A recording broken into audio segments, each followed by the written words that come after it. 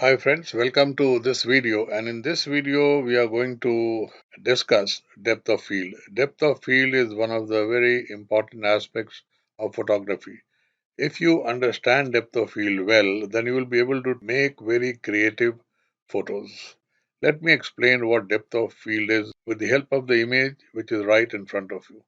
Now here I have a couple of objects on a chessboard, and right in the center here we have the queen, the white queen, and I focused my camera onto this queen.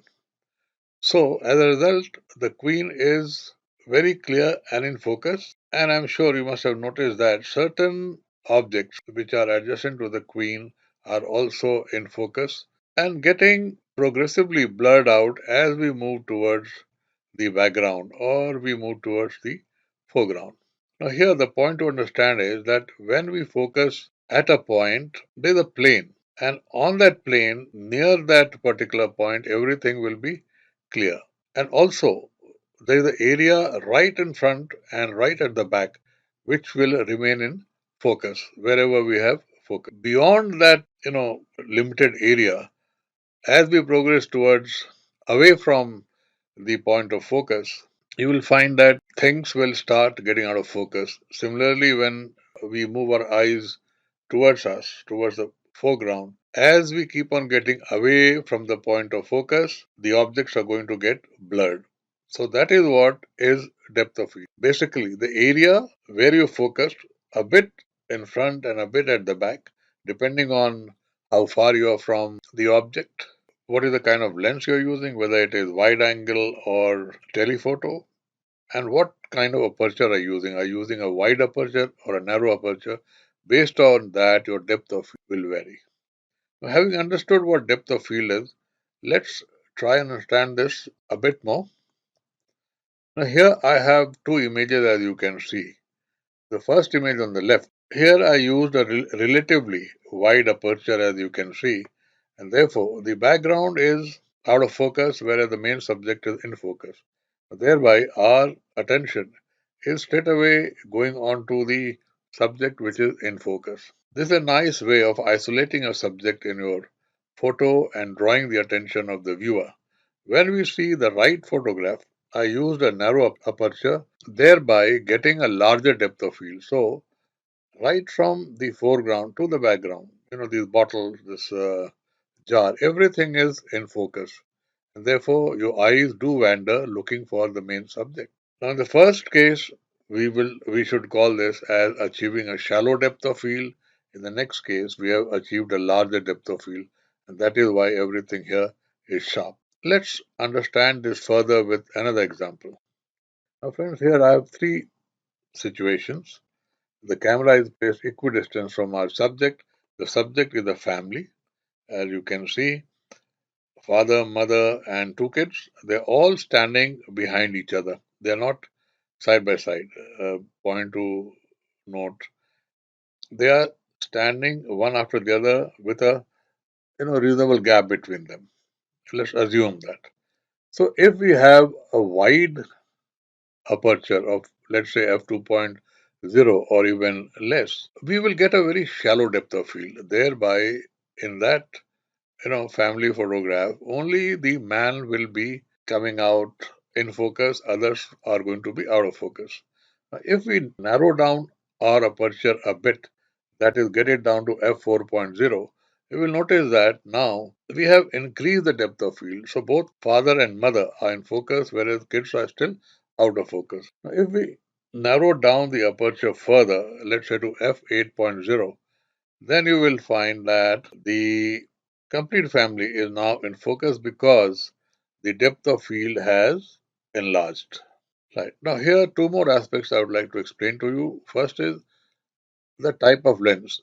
I just want to explain a few more aspects to you regarding use of wide angle lens. And in case we use a wide angle lens here, so we are going to get a depth of field which is going to be larger, and we are going to land up with pictures like these. Here, in case if we use wide angle lens, then probably we are going to get picture like this where everything is in focus. So keep that in mind. So if you use a wide angle lens, your depth of field is going to get bigger. Now, in case we use a telephoto lens instead of a standard lens, let's say a lens which has focal length of 200 mm or 300 mm, then the depth of field is going to become shallow. So suppose here we are using at f4.0 and we have put a telephoto lens which is say 300 mm of focal length, then in this case we will get a shallower depth of field. Therefore, instead of getting these two in focus, probably we'll only get the man in focus. Now, if we use the telephoto lens here, instead of getting this whole family in focus, probably we'll get something like this, or maybe even like this. So keep that in mind. So I'll repeat again. There are three aspects. Firstly, narrower the aperture, larger the depth of field. Wider the aperture, shallower the depth of field. If you use a wide angle lens, then you will get a larger depth of field. If you will use telephoto lens, you will get a shallower depth of field. If you get closer to the subject, you are going to be getting a shallow depth of field. If you move away from the subject, you are going to be getting a larger depth of field. Right. Let's now understand this with help of a real world example. Now here I have a few photos. The first one which I have taken the two bottles placed on a table, and then in the background there's few people sitting with something on the table. Now since I have used a very wide focal length of 1.4, I have got a very shallow depth of field. So this bottle on which I focused is quite clear, but as you will notice, the focus is progressively becoming blurred. On this bottle, we can't even read the label. If you notice on this table, things are becoming out of focus as our eyes move towards the foreground. And people sitting here, I can't make out what is it. Is it a man or a woman or what is lying on the table? So this was achieved because I used a very wide aperture. Now let's see another one. As we narrow down our aperture, things are going to start getting a bit clearer. So at f2.0 itself, we are seeing a much clearer picture. If we go to f2.8, more clarity is getting achieved. If we go to f4.0, the label is almost clear here on the second bottle. The focus on the table also is improving, and we can make out whether it is a man or a female and what is lying on the table. As we go to f5.6, the clarity is further improving. F8.0, the depth of field has become quite large and we can make out all the objects on the table. This table here has obviously become quite clear. And at f11.0, I think we have almost achieved the depth of field what we wanted to. Friends, I will repeat few aspects again, even at the cost of, maybe boring you to death. First of all, if you have a wider aperture, you will get a shallow depth of field. If you have a narrow aperture, you are going to get a larger depth of field. If you are closer to the object you are photographing, you are going to get a shallow depth of field. If you are further away from your subject, then you are likely to get a larger depth of field. If you are using a wide angle lens, then you are likely to get a larger depth of field. If you're using a telephoto lens, then you will get a shallower depth of field. Of course, all this has to be combined with your opening of the aperture, right?